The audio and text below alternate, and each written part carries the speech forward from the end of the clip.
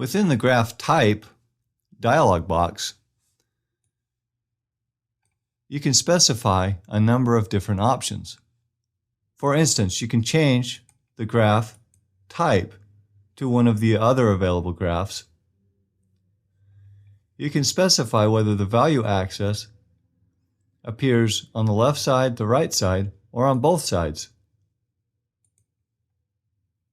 You can also add in a drop shadow to the graph, specify that the legend be across the top instead of off to the side, and determine whether the first row or the first column is in front.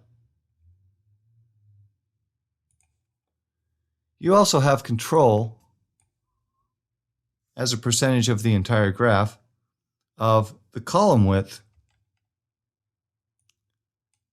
and the cluster width. Notice the changes that have resulted from changing these options. I now have value axes on both sides.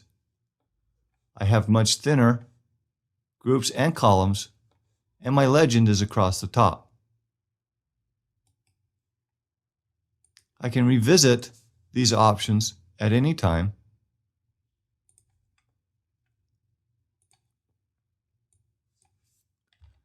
by right-clicking on the graph and selecting the Type menu option.